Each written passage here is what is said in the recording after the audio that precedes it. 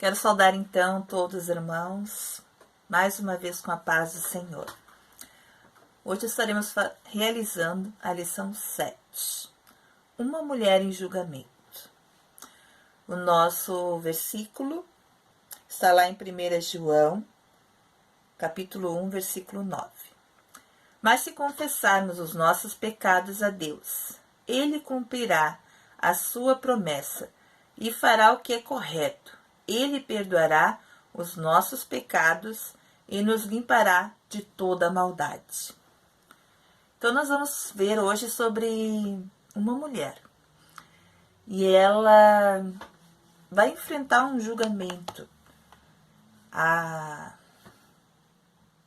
E o que é um julgamento? O que é julgar? Julgar é tu tomar uma decisão, tu emitir um parecer, tu dar a tua opinião, tu formar um conceito. Então, o que acontece? Essa mulher, ela é levada na sinagoga e colocada diante de Jesus. E quem levou ela foram os escribas, foram os fariseus. Os escribas, eles eram mestres, eles eram doutores especializados no estudo e na explicação da Torá. Eles escreviam a Torá.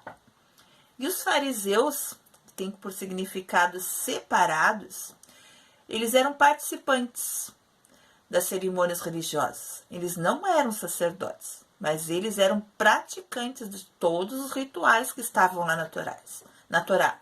Eles cumpriam à risca tudo o que estava escrito lá na Torá. E diante deles agora, uma mulher, ela é pega em adultério. E essa mulher, ela é colocada diante de Jesus, para que fosse dada ali uma sentença, um julgamento. Então, o que é um juiz? Um juiz, ele é uma pessoa que ele tem uma autoridade de julgar. Ele emite o julgamento, ele dá a sentença. E agora essa mulher que é pega em adultério, ela é colocada diante de Jesus. Os escribas e os fariseus levam essa mulher diante de Jesus. Aí vocês imaginem uma situação onde pessoas estão nas sinagogas, Jesus está diante dessas pessoas, chegam os fariseus e colocam essa mulher diante de Jesus. E automaticamente já dão o juízo. Ela é adúltera. Ela foi pega em flagrante. Ela está em pecado. E na cultura do povo judaico, a sentença já estava decretada. Porque na lei de Moisés, tanto o homem quanto a mulher que é pega em adultério é apedrejado e é apedrejado até a morte. E agora eu me coloco no lugar agora de uma pessoa que ela está sendo julgada. E a gente pensa assim, você conhece uma pessoa que é preguiçosa? A gente automaticamente vem na nossa mente a pessoa, o nome da pessoa. Agora eu pergunto para mim, você é preguiçoso? Eu tenho preguiça? Aí eu vou entender que mesmo achando que não sou preguiçosa, em vários momentos da minha vida eu tenho preguiça.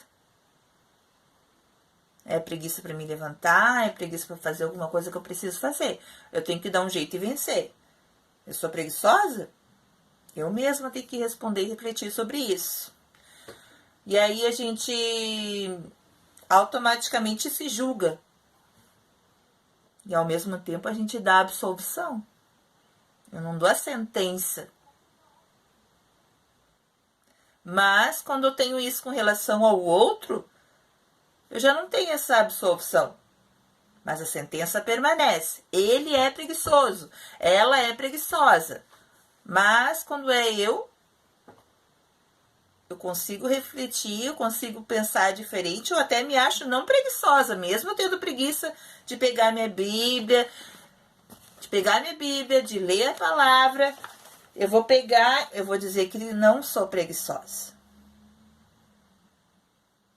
Eu consigo fazer isso comigo. Mas com o outro, eu ajo diferente. Isso acontece com todo ser humano. Isso acontece com qualquer situação. Eu estou colocando apenas um exemplo, a preguiça. Mas isso pode ser com relação à mentira, isso pode ser com respeito aos pais, à professora na escola, a Deus, a desobediência a Deus.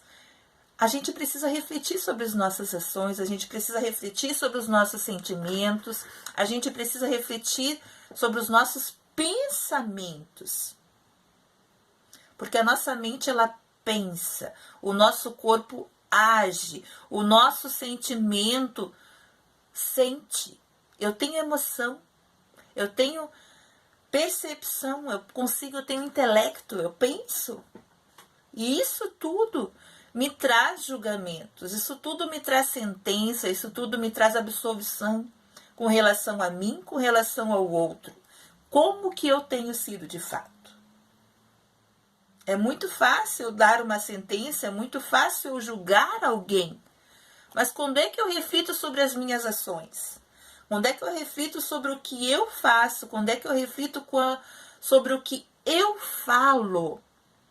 A Bíblia é muito clara com relação às nossas palavras. Nós podemos abençoar com a nossa boca, nós podemos amaldiçoar com a nossa boca. E o que de fato nós estamos fazendo?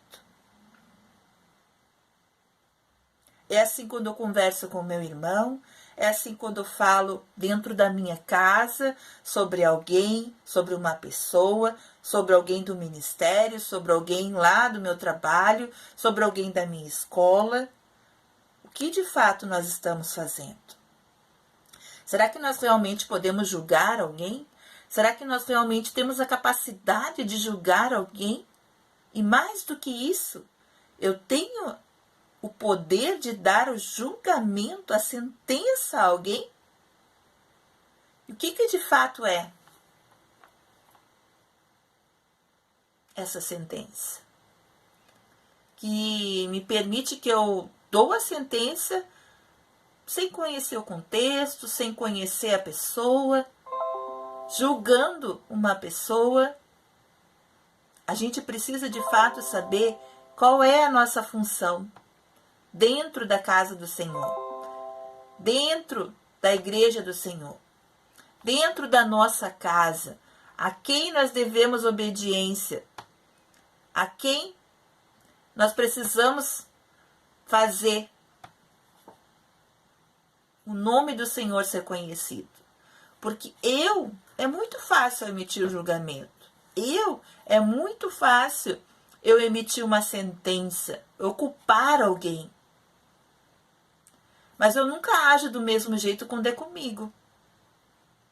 A pessoa pode fazer exatamente o que eu faço, mas eu julgo, eu dou a sentença ao outro, mas a mim não. Agora a gente se coloca lá no tempo de Jesus. O adultério, ele tinha uma sentença na lei de Moisés. O adultério tinha uma sentença na Torá, que os escribas escreviam, que os fariseus praticavam, à risca. Tanto que era por isso que Paulo perseguia a Jesus, por seguir a Torá. Não acreditar que Jesus era o Filho de Deus, até ele ter um encontro com esse Deus e ser transformado. Ele foi transformado num servo, num missionário, podemos dizer assim. E agora o que a gente tem? Um pecado de adultério sendo colocado diante de Jesus. O adultério hoje, no termo jurídico, eu vou ler aqui porque está escrito, tá? Que é bem grande para mim decorar.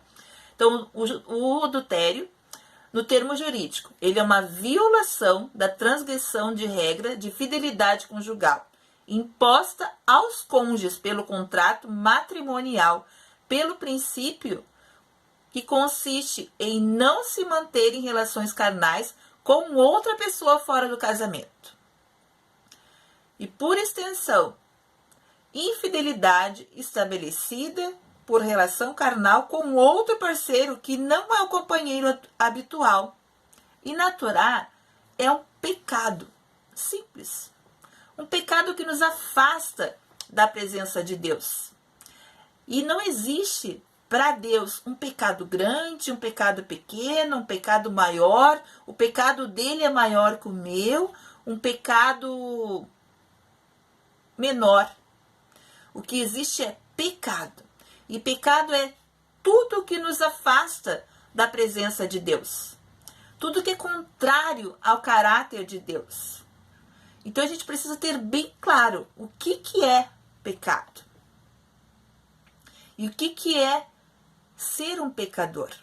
Pecador é aquele que desobedece à lei de Deus. Então, quando a gente coloca lá o pecado, tudo que nos afasta da presença de Deus, tudo que tira o lugar de Deus na minha vida, é um pecado. Eu posso não roubar, eu posso não matar, eu posso não cometer adultério. Mas se eu mentir, eu estou pecando. Se eu mentir, eu sou um pecador. Se eu desobedecer aos meus pais, eu estou pecando. A Bíblia é bem clara quando ela fala: honra o teu pai e a tua mãe. Estou desobedecendo a Deus. Estou desonrando meus pais quando eu não obedeço meus pais. Então não existe pecado pequeno, não existe pecado grande. O que existe é: estou desobedecendo, estou contra o que é um caráter de Cristo, eu estou pecado. E agora eu preciso, diante do pecado, eu preciso de perdão. E o que é um perdão? Perdão é a remissão de pena ou de ofensa ou de dívida, desculpa. É o ato pelo qual uma pessoa é desobrigada de cumprir o que era de seu dever ou obrigação por quem compete exigi-lo. E agora, quem pode dar o perdão? Quem pode de fato me purificar de todo pecado? A Bíblia ela nos fala que Jesus, na cruz do Calvário, ele pagou um alto preço para que eu, para que você e para que todo pecado fosse justificado diante de Deus e me desse a oportunidade de ter a minha vida justificada diante do Altíssimo Deus, diante do Criador dos céus e da terra. A minha vida foi justificada. Meu pecado foi limpo quando Jesus morreu lá naquela cruz do Calvário e no terceiro dia ele ressuscitou. E esse perdão ele é gratuito, ele é definitivo e ele está disponível a todos, porque Deus não faz acepção de pessoas. Deus permite que todas as pessoas tenham a oportunidade de ter os seus pecados perdoados. Mas o pecado nos afastou da presença de Deus. Jesus, com sacrifício, nos colocou de volta na presença de Deus, nos justificou e nos fez herdeiros, nos adotou como filho. E agora, esse perdão tem um único propósito na minha vida: mudança e me conduzir à vida eterna. Então, verdadeiramente, eu preciso ter os meus pecados perdoados, eu preciso me arrepender dos meus pecados e ter direito a essa vida eterna que somente o sacrifício de Jesus nos dá. E quando a gente vem para a história dessa mulher, os fariseus, os escribas colocam ela diante de Jesus e lá, com acusação de adultério, com a sentença de morte de apedrejamento, essa mulher é colocada diante de Jesus. E eles dizem: nós pegamos essa mulher em adultério, nós trazemos ela diante de ti. E Jesus Eu consigo imaginar assim a cena, assim, aquelas pessoas eufóricas chegando, porque eu nunca vou levar uma pessoa que está fazendo algo de errado com carinho, trazer ela, olha, aqui está essa menina, essa mulher, ela foi pega em adultério. Não, eu imagino que eles estavam alvoroçados, eu imagino que eles estavam clamando e querendo justiça e com uma pedra na mão já para apedrejar aquela mulher. Porque ela era digna de apedrejamento, ela estava em adultério, ela merecia ser realmente apedrejada. E aquele alvoroço, imaginando a cena, as pessoas chegando, trazendo aquela mulher, colocando-a diante de Jesus. E agora Jesus. A Bíblia fala que ele estava abaixado, que ele escrevia com um dedo na terra. Calma. Diante de todo aquele alvoroço que estava acontecendo. Uma mulher sendo trazida, o povo, os povo assistindo, o povo vendo a cena, os escribas acusando, os fariseus acusando e prontos para dar a sentença de apedrejamento, digamos assim. Mas Jesus, ele fala. Eu acredito que os escribas e os fariseus já estavam esperando que ele falhasse. Porque a lei de Moisés tinha que ser cumprida. Tinha que haver o apedrejamento. E Jesus, ele é bem claro quando ele fala. Aquele que não tem pecado, aquele que não tem pecado, atire a primeira pedra. E agora a gente vê a cena que os escribas, os fariseus, as pessoas que estavam assistindo, uma a uma começa a se retirar. E não há o apedrejamento. E na cena fica Jesus e a mulher adúltera. E Jesus pergunta para ela, onde estão os teus acusadores? Quem está para te acusar? Quem está aí para te apedrejar? Estava diante dela apenas Jesus.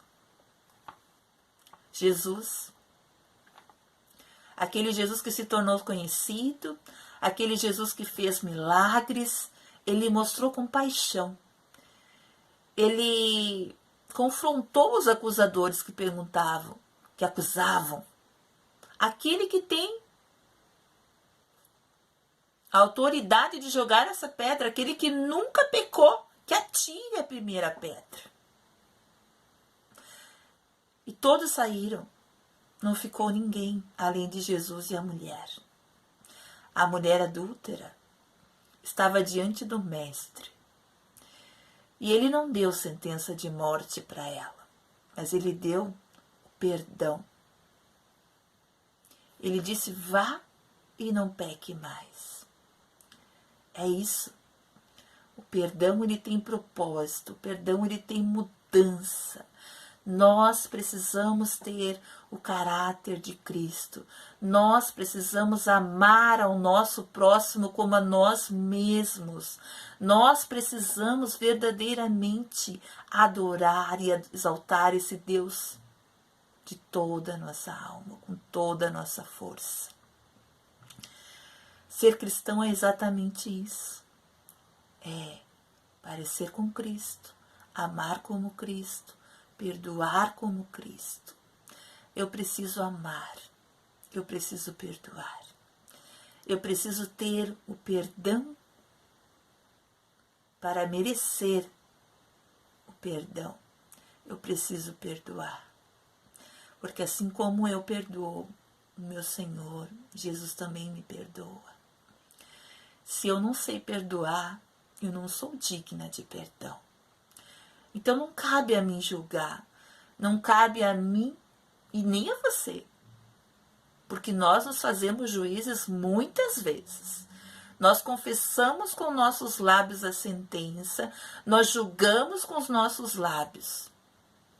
E nós não somos. Nós não somos juiz. Não é nós que perdoamos. O perdão é dado por Deus e é pela graça que nós somos perdoados. Pois jamais eu poderia pagar essa dívida. Eu não teria condições. Ser humano algum teria condições. Por isso vamos pensar e refletir sobre as nossas ações. Vamos amar e perdoar. E não julgar. Pois Deus cabe o juízo.